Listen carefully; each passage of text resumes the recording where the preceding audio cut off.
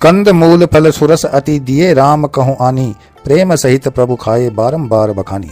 जय श्री राम मित्रों, कलयुग के समस्त पापों का विनाश करने वाली श्री रामायण कथा के तृतीय सोपान अरण्य कांड का ये 5वां एपिसोड प्रस्तुत है। जटायु ने रावण को धिक्कारते हुए कहा, श्री राम चराचर के स्वामी है, उनसे वेर करके क्यों अपने कुल वंश को नष्ट करने पर तुला है।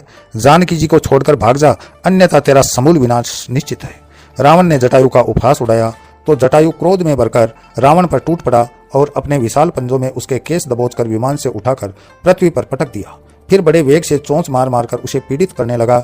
रावण अपना बचाव कर रहा था और साथ में सोच भी रहा था कि यह बूढ़ा गिद्ध अपने समय में जाने कितना बलवान होगा। जटायु उस पर भारी पड़ रहा था, उसकी चोंच के प्रहार पीड़ा दे रहे थे। अंततः उसने तलवार के भीषण प्रहार से जटायु के पंख काटकर उसकी गर्दन पर वार किया। उसकी गर्दन से रक्त की धारा बहने लगी और वह भूमि पर गिर पड़ा। रावण के प्रहारों ने उसे बिल्कुल ही निस्तेज कर दिया। सीता अपने सहायक का ऐसा परिणाम देख विकल होकर विलाप करने लगी। उधर राम ने मायावी मारीच का उद्धार कर दिया था, परंतु उस कपटी ने अंत समय में जो अर्थ पुकार की उसका भेद समझकर राम विचलित हो उठे। श्री राम जानते तो सब हैं, क्योंकि सब कुछ तो उन्हीं की प्रेरणा से हो रहा था, परंतु प्रत्यक्ष में उन्हें वही लोक व्यवहार करना था जो मानवोचित है। वे चिंतित होकर लौटे तो रास्ते में उन्हें लक्ष्मण आते दिखाई पड़े। यह कपटी मारीच के अर्थ स्वर का परिणाम था। लक्ष्मण उनके समीप आ गए थे। राम ने लक्ष्मण से कहा, अनुज, यह तुमने क्या किया? सीता को कुटिया में अकेली छोड़ दिया। मैंने तुमसे कहा था कि चाहे जो भी हो जाए तुम सीता को अकेली न छोड़ना। लक्ष्मण की आंखों में आंसू आ गए और उन्होंने हाथ जोड़कर अपनी व्यथा सुना दी कि किस प्रकार माता सीता ने उन्हें आरोपित करके आने को विवश किया। राम व्याकुल हो गए और भरे कंठ से बोले, अनुज, संभवतः अब सीता हमें कुटिया में न मिलेगी। प्रभु, मैं कुटिया के चारों ओर अभिमंत्रित रेखा बनाकर आया हूँ। राम तेज कदमों से कुटिया की ओर चल पड़े। लक्ष्मण भी अब विकल हो उठे थे। त्रुटि उनसे भी हुई थी। वे जानते थे कि श्री राम पूरी तरह सुरक्षित होंगे और माता सीता को केवल भ्रम हुआ है। फिर भी उन्होंने विवेक से काम न लिया। वे सीता को संतुष्ट करके कुटिया की निगरानी दूर से कर सकते थे, परंतु जब प्रभु श्री राम ही इन सब घटनाओं के प्रेरक है तो फिर कौन विवेकशील रह सकता है। दोनों भाई कुटिया पर पहुंचे तो वहां सीता नहीं थी। राम विकल हो उठे और लक्ष्मण भी। राम विलाप करने लगे। वे सीता का नाम ले लेकर पुकारने लगे। वे वृक्षों, शाखाओं, लताओं, पुष्पों, भ्रमरों और पक्षियों से पूछते, हे खगमृग, हे मधुकर श्रेणी, तुम देखी सीता मृगनैनी। राम और लक्ष्मण सीता की खोज में जुट गए। श्री राम का विलाप हृदय विदारक था। प्रकृति भी उदास हो गई। पक्षी, मृग, भ्रमर भी राम की दशा पर उदास हो गए। श्री राम की यह लीला देवताओं तक को मोहित कर रही थी। आज प्रभु कंकड़, पत्थर, लता, पत्र सबसे सीता का पता पूछकर सबका मान बढ़ा रहे थे। वे गिरी कंदराओं में खोज रहे थे। वे गोदावरी के जल में खोज रहे थे। जानते थे फिर भी खोज रहे थे। व्याकुल विरही कैसा होता है, यह आज श्री राम से सीखा जा सकता है। उनकी इसी दशा पर सती भ्रमित हो गई थी। राम कथा सुनाते हुए भगवान शिव ने हंसकर पार्वती को देखा तो वे सकुचा गई और सती जन्म की वह घटना स्मरण हो आई जब उन्होंने राम की परीक्षा ली थी। प्रभु, मैंने श्री राम की परीक्षा लेने की मूर्खता की तो आपका प्रेम खो बैठी और हजारों वर्षों की कठिन तपस्या के पश्चात आपको पुनः पाया, परंतु रावण उनके धैर्य, बल और पराक्रम की परीक्षा ले रहा है तो उसका तो जाने क्या हुआ होगा। पार्वती ने पूछा। देवी, रावण को इसका दंड बड़ा भयानक मिला। जब श्री राम रण में उतरे तो ऐसा कोई दिन नहीं आया जब वह अपने किसी पुत्र या पुत्र के शव पर न रोया हो। शिव जी राम कथा को आगे बढ़ा रहे थे। सीता विरह का प्रसंग बड़ा ही भावुक है। राम यहाँ पुरुष समाज को पत्नी के प्रति प्रेम और समर्पण का संदेश दे रहे हैं। सनातन काल से ही स्त्री भोग्या मानी गई है। राम उस प्रथा पर करारा प्रहार कर रहे हैं। राम की प्रत्येक गतिविधि में शिक्षा है। वे समाज में विशेषकर पुरुष मानसिकता में परिवर्तन लाना चाहते हैं। वे स्त्री के सम्मान के लिए जूझने का भी संदेश देते हैं। राम का रुदन शिक्षाप्रद है। लक्ष्मण उन्हें संभाले हुए चल रहे हैं और सांत्वना भी देते हैं। दोनों भाई वन वन की खाक छानते हुए वहां आ गए हैं जहां गिद्धराज जटायु घायल दशा में अपने प्राणों को प्रभु दर्शन की इच्छा से रोके हुए पड़े हैं। उनके कंठ से निकलने वाला राम राम का स्वर राम लक्ष्मण को उनकी ओर आकर्षित करता है। श्री राम ने जटायु के मस्तक पर अपने कर कमल का स्पर्श किया तो उसके नेत्र खुले। अपने आराध्य को सामने देखकर उसकी मृत प्राय आंखों में जीवन की ज्योति तीव्र हुई और उसका मन आनंद से भर गया। उस अनुपम छवि को देखने के लिए ही तो वह अपने प्राण सहेजे पड़ा था। श्री राम की स्तुति कर टूटे शब्दों में जटायु ने बताया कि जानकी जी को लंका का राजा रावण हरण कर ले गया है। उसने रावण को रोकने का यथासंभव प्रयास भी किया था, परंतु उस कपटी के सामने उसका जोर न चला। सीता का पता बताकर जटायु ने श्री राम के चरणों में सिर रखकर प्राण त्याग दिए। श्री राम ने विधिवत अपने हाथों से उसका दाह कर्म करके सदगति प्रदान की। राम लक्ष्मण वहां से आगे बढ़े तो कुछ ही दूर चलने पर लक्ष्मण को एक आभूषण पड़ा दिखाई दिया। यह सीता जी का आभूषण था। राम उसे देखकर भावविह्वल हो गए, उसे अपने हृदय से लगा लिया। सीता जी ने उस आभूषण को त्याग कर एक मर्मस्पर्शी संदेश दिया था कि आभूषण में उनकी आसक्ति नहीं है और श्री राम से पुनर्मिलन तक वे श्रृंगार रहित रहेंगी। राम उनकी समृद्धियां लेकर आगे बढ़े जा रहे थे। कुछ दूर और जाने पर उन्हें एक सघन वन दिखाई दिया। अनेक प्रकार के पुष्पों और फलदार वृक्षों से सज्जित वह वन मन को मोहने वाला था। परंतु यह क्या, यहाँ तो पशु भय से भाग रहे थे, पक्षियों का कलरव भय से भरा है। इसका कारण राक्षस कबंध था। राक्षस कबंध बड़ा भयानक और शीरविहीन था। उसका विशाल मुख उसके विशाल उदर पर था और सीने पर एक ही नेत्र था। उसने राम लक्ष्मण को आते देखा तो दांत किटकिटाकर उनकी ओर दौड़ा और लक्ष्मण को अपनी भुजाओं में दबोचकर मुंह उदर की ओर ले जाने लगा।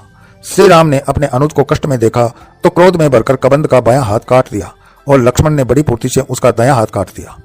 इससे उसके प्राण पखेरु उड़ गए और एक दिव्य पुरुष उनके सामने हाथ जोड़कर खड़ा हो गया। श्री राम ने उसका परिचय पूछा तो उसने बताया कि वह विश्वावसु नाम का गंधर्व है और मुनि दुर्वासा के श्राप से इस योनि में आ पड़ा था। आज श्री राम के स्पर्श से वह साप मुक्त हो गया। कबंध ने उन्हें बताया कि यहाँ समीप ही ऋष्यमुख पर्वत है और वहां वानर राज सुग्रीव का निवास है। आप उनसे मित्रता करें और अहंकारी रावण का मान मर्दन करें। सहायक बिना मानव तुच्छ होता है। श्री राम कबंध का उद्धार करके आगे बढ़ चले। आगे उन्हें एक विचित्र दृश्य दिखाई दिया। कंटक और पत्थरों के उस वनमार्ग पर एक मार्ग ऐसा भी था जिसे देखकर सहज पता चलता था कि कोई रोज उसे बुहारता है। उस निर्जन वन में ऐसी स्वच्छता तो कोई श्री हरि का भक्ति रख सकता है। राम भी उसी मार्ग पर आगे बढ़े। ज्यों ज्यों आगे बढ़े त्यों त्यों कानों में एक मधुर स्वर सुनाई पड़ा। किसी नारी कंठ से श्री राम की प्रतीक्षा के विषय में वह करुण गीत राम को विहल करने लगा। राम वहां पहुंचे तो उन्हें एक जीर्ण कुटिया और वह कुबड़ी वृद्धा दिखाई दी जो झाड़ू लेकर मार्ग साफ करते हुए प्रतीक्षा गीत गा रही थी। श्री राम अचानक उसके सामने जा खड़े हुए। उसके मुंह से बोल नहीं फूट सके। वह स्तंभित हो गई थी। स्वप्न साकार होते देखने की खुशी विचित्र होती है। देह और इंद्रियां वश में नहीं रहती। वह वृद्धा सबरी थी। वह भीलनी थी जो इस निर्जन वन में राम की प्रतीक्षा कर रही थी। वह रोज मार्ग बुहारती थी। वृद्धा सबरी दंडवत श्री राम के चरणों में गिर पड़ी। करुणा निदान श्री राम ने उसे उठाकर हृदय से लगा लिया। उसका सारा शरीर कांप उठा। उसकी खुशी का ठिकाना नहीं रहा। उसने प्रभु से कुटिया में पधारने की विनती की तो श्री राम ने उसका मान रखा। दोनों भाई उसकी जीर्ण मगर स्वच्छ कुटिया में आ गए। वहां सबरी ने एक डलिया में कुछ जंगली बेर उनके सामने रख दिए जिन्हें वह वर्षों से चुन चुन कर ला रही थी। इनमें से कुछ तो सूखकर पत्थर समान हो गए थे। सबरी प्रेम भाव में इतनी मग्न थी कि लक्ष्मण के आश्चर्य का ठिकाना नहीं। सबरी बेर उठाती, उसे चखती और मीठा होता तो बच्चों की भांति हर्षित होकर श्री राम को दे देती। इससे भी बढ़कर राम का भाव यह था कि वे उन जूठे बेरों को बड़े प्रेम से खा रहे थे। सबरी ने लक्ष्मण को भी चक्कर बेर दिए परंतु वे जूठे कैसे खाएं? उन्होंने राम की दृष्टि बचाकर उन्हें बाहर फेंक दिया। राम से क्या छुपा है? उन्होंने देख लिया और लक्ष्मण को देखकर मुस्कुरा दिए। लक्ष्मण लज्जित होकर दूसरी ओर देखने लगे। श्री राम भक्त के वश में है। भक्त का निश्चल प्रेम उनकी बेड़ी है। सबरी की श्रद्धा दुर्लभ है। वह असभ्य, अशिक्षित और अज्ञानी है परंतु प्रभु की दृष्टि में वह पंडित है क्योंकि वह आत्मा से परमात्मा के संबंध को जानती है। श्री राम बड़े ही भावपूर्ण होकर उसे नवधा भक्ति का ज्ञान देते हैं जिसमें मनुष्य के कल्याण का सार है। लक्ष्मण चकित थे। प्रभु इतने भावमग्न हो गए थे कि उन्हें समय और संकट का ध्यान ही नहीं रहा। सबरी का जीवन धन्य हो गया। वह मूर्ति ज्ञानी हो गई। श्री राम ने उससे विदा ली। दोनों भाई वहां से आगे बढ़ गए। लक्ष्मण ने धीमे स्वर में सबरी के जूठे बेरों को खाने की बात कही तो राम ने भावपूर्ण स्वर में कहा, अनुज, भाव से बढ़कर संसार में कोई नियम धर्म नहीं। तुमने बेर फेंककर भाव का निरादर किया है और एक दिन वही बेर तुम्हें खाना भी पड़ेगा क्योंकि वह सबरी के भाव में तुम्हारे निमित्त था। लक्ष्मण इस गूढ़ बात को समझ नहीं पाए। प्रभु ने किस अर्थ में ऐसा कहा यह तो केवल राम जानते थे कि लक्ष्मण द्वारा तिरस्कृत वह बेर एक पक्षी के द्वारा हिमालय की शैल श्रृंखला के द्रोण पर्वत पर बीज रूप में स्थापित हो जाएगा और प्राणदायी औषधि बनेगा। दोनों भाई अब पंपापुर की ओर बढ़ चले। दक्षिण की पर्वत श्रृंखलाओं में मानव निवास जैसे शून्य है। यहाँ तो वन्य जीवों की भरमार थी। मोर, चकोर, हंस, तोते, मृग, हाथी, ससक आदि से वन गुंजायमान था। पंपा सरोवर आ गया। आहा, इतना रमणीय स्थल! दृष्टि भरकर देखने से ही हृदय शांत हो गया। दोनों भाइयों ने सरोवर में स्नान किया और कंद मूल फल खाए और उस मनोहर स्थान पर बैठकर कुछ देर विचार विमर्श किया। देवतागण उनकी लीला पर हर्षित हो रहे थे। देव ऋषि नारद इस समय प्रभु दर्शन का लोभ संवरण नहीं कर सके। उनके हिसाब के कारण तो सर्वेश्वर आज वन वन भटक रहे थे। नारद जी का हृदय ग्लानि से भर गया। वे अपराध भाव से प्रभु के सामने हाथ बांधे आ खड़े हुए। श्री राम उन्हें देखकर उस शिष्य की भांति प्रसन्न हो गए जो गुरु को लंबे समय पश्चात देखता है। देव ऋषि उनकी और वे देव ऋषि की स्तुति कर रहे थे। देव ऋषि नारद ने प्रभु से अपने अपराध की क्षमा याचना की कि उन्होंने स्त्री मोह में फंसकर ऐसा कठोर श्राप दिया कि प्रभु बैंकुट छोड़कर वनों की खाक छान रहे हैं। श्री राम उनका संताप दूर करते हुए उनके कृतज्ञ थे कि उन्होंने साथ देकर धराधाम पर ऐसे परम वैकुंठ में निवास करने का अवसर दिया जिसके लिए देवता तरसते हैं। ब्रह्मांड में मृत्यु लोक से बढ़कर अन्य कोई लोक नहीं है। जीव को इस लोक में आत्मानुभूति संभव है। नारद भाव विभोर थे। ऐसी उदारता और करुणा श्री राम में ही हो सकती है कि वे श्राप को भी वरदान कहते हैं। ऐसी महिमा श्री राम की ही हो सकती है।